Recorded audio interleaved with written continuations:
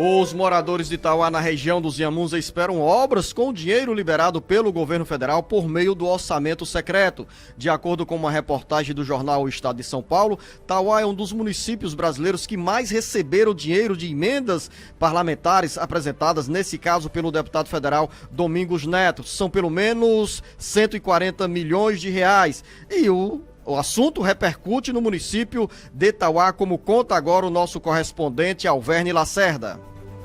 Bom dia, ouvintes do Alerta Geral em todo o Ceará.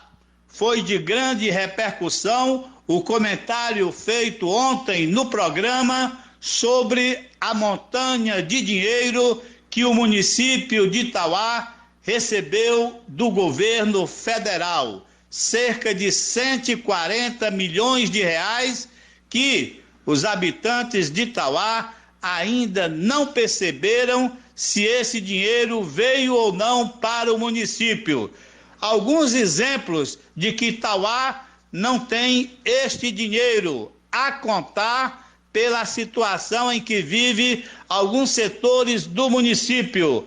Por exemplo, na área da saúde, os PSF faltam médicos, dentistas e medicamentos. Há mais de 5 meses, a população clama por remédios de uso contínuo e não tem solução. Um exemplo bem patético é um caso aqui da Vila do Massapê, no distrito do Trici. Lá é curioso, tem o PSF, tem dentista, mas ele não pode atender a população porque não tem a cadeira odontológica. Diante disso, a população, quando precisa de um tratamento dentário, é obrigada a vir a Itauá. Na área de infraestrutura, em que pese o noticiário de que para cá vieram muitas máquinas via Codevasf, entre retros, motoniveladoras, a realidade aqui é diferente. Enquanto Parambu concluiu a recuperação de suas estradas ainda no mês de agosto, aqui em Itauá, ainda hoje não foi concluída a recuperação das estradas. Um exemplo é a comunidade Serra de São Domingos. Por lá ainda não há conclusão das estradas. E olha que já estamos na véspera do período chuvoso. Outro exemplo gritante é o aterro sanitário de Itauá, que há mais de 7 meses não tem uma máquina para fazer o manejo do lixo. Diante disso, a sujeira se espalha a mais de 10 quilômetros sem que haja qualquer providência. O aterro sanitário de Itauá deve ser o único no estado que não tem uma máquina para fazer o manejo dos resíduos sólidos. Alverne Lacerda, de Itauá, para o Alerta Geral. Só para reforçar aí essa matéria do Alverne Lacerda, eu estava vendo aqui uma matéria do jornal O Globo que diz aquilo, Zenô.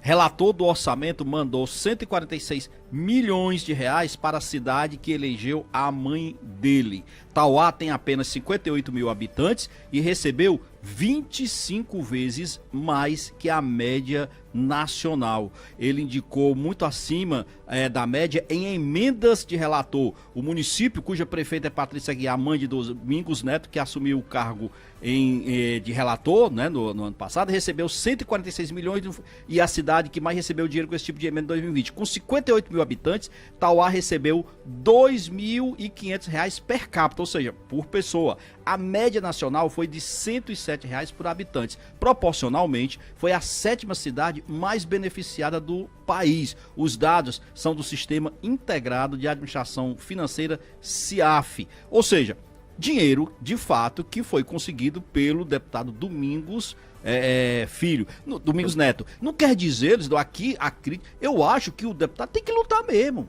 Ele tem que lutar para trazer recursos para a sua região. Agora, esses recursos têm que ser carreados em benefício da população. A expectativa ou o questionamento é mais nesse aspecto. Eu quero fazer uma pergunta, Beto.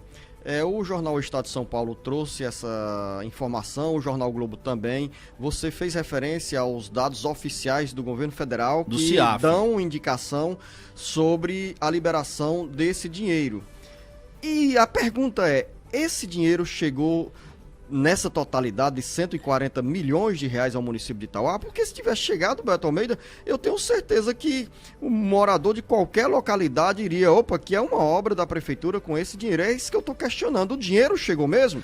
A prefeita Patrícia Aguiar não se pronunciou como chegou esse dinheiro, se recebeu ou não? Pois é, ela não se pronunciou, mas aqui os dados são do CIAF mostrando que sim, que os dados, que a verba foi liberada, que o dinheiro foi conseguido, e como você sabe, Luciano, se o dinheiro foi liberado, dificilmente algum gestor vai dizer que não quer. Ele chegou.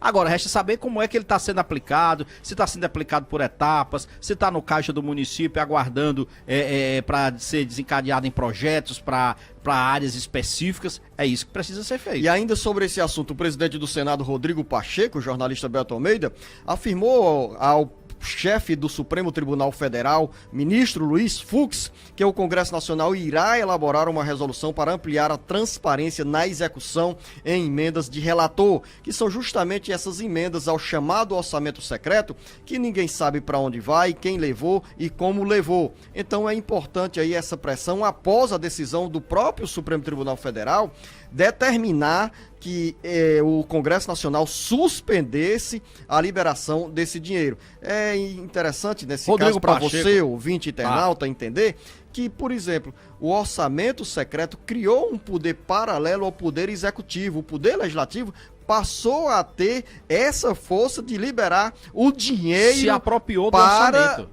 Os municípios. Exatamente. E aí, Luciano, a proposta do presidente do Senado de melhorar a transparência, não é isso só que querem os 3 senadores que ontem estiveram reunidos, não. O Zé Aníbal do PSDB de São Paulo, Alessandro Vieira do Cidadania de Sergipe e Oriolvisto Guimarães do Podemos do Paraná. Eles querem mesmo extinguir, acabar com as emendas de relator que tiveram o pagamento suspenso por determinação do Supremo Tribunal Federal. E olha, já conta inclusive com o apoio do governo federal, do governo do presidente Bolsonaro, diante da má repercussão que isso vem causando. Eles consideram o termo que eles usaram, tá? O orçamento secreto, do jeito que está, é uma barbárie. Beto, mas ao mesmo tempo o próprio senador Rodrigo Pacheco disse que o objetivo dessa articulação é aprovar uma norma para destravar o orçamento público e afirmou que há pelo menos 8 bilhões de reais que estão parados devido à decisão do Supremo Tribunal Federal de suspender a execução dessas emendas. Vamos mudar de assunto, Beto? Eu quero só dizer uma coisa, mas é simples. Tudo bem, eu pedi para mudar de assunto porque daqui a pouco você vai dizer que o tempo acabou e você não falou o que queria. Rapaz, eu acho engraçado o discurso, né? O maneirismo que se usa para destravar. Na realidade, a própria ministra Rosa Weber já deu a dica para destravar. Presidente do Senado, Rodrigo Pacheco, só quero que o senhor nos diga o seguinte: para quem foi a emenda, quem é o parlamentar, para qual foi o município e o estado que ela foi, quanto foi e onde vai ser a obra que vai ser feita. E só como isso. Foi aplicada. E como foi aplicada. Acabou. É transparência. Jornalista Beto Almeida, você nos antecipou que o Ministério Público Estadual está colado no prefeito do município de Aracati, Bismarck Maia, que promoveu uma festa do Liberou Geral, um forrozão. Até eu queria dançar esse forrozinho, Beto, sem aglomeração.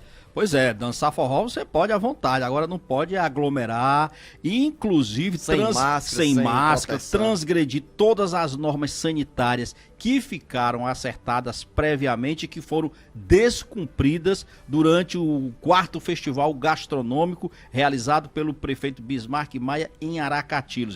As fotos, os vídeos que circularam na internet levaram o Ministério Público Estadual a tomar um posicionamento. Foi uma verdadeira provocação na realidade. E não tinha como não reagir nisso. E o Ministério Público, então, foi para cima. Entrou com uma ação civil pública contra o prefeito Bismarck Maia, está pedindo uma multa de cara de R$500 mil e já também cobrando o seguinte, que fique estabelecido uma multa futura para qualquer outro ato público numa ação por danos coletivos que o prefeito Bismarck Maia venha a realizar no município, Luzenor, causando o tipo de aglomeração que foi causado durante esse feriadão da proclamação da República no fim de semana. Então, o próprio Ministério Público disse que um dia antes de iniciar as atividades, fez as recomendações, fez o alerta, determinou de como deveria ser feito o procedimento em relação ao comprometimento das normas de quem iria comparecer. E tudo isso foi virado às costas. O prefeito Bismarck Maia não deu a mínima para o Ministério Público. Tentou, na realidade, desmoralizar o Ministério Público. Essa que é a verdade. E a gente sai de Aracati, Beto, pelos municípios do Litoral Leste, porque o nosso repórter Ednardo Lemos tem informações sobre o movimento dos prefeitos que querem eleger as esposas à Assembleia Legislativa. Chega, Ednardo Lemos. Lugar de mulher de prefeito não é só como primeira-dama, não é só em ação social. Política partidária, disputa de voto é também para as esposas de prefeitos, especialmente de municípios da região metropolitana de Fortaleza. Se tudo caminhar conforme o planejamento desses gestores, como Nezinho Farias de Horizonte, Acilon Gonçalves de Eusébio, Tiago Ribeiro de Cascavel e Dr. Júnior de Chorozinho, suas esposas entrarão na briga pelo voto nas eleições de 2022. Nezinho de Horizonte já anda com Jô Farias em tudo quanto é canto do Ceará.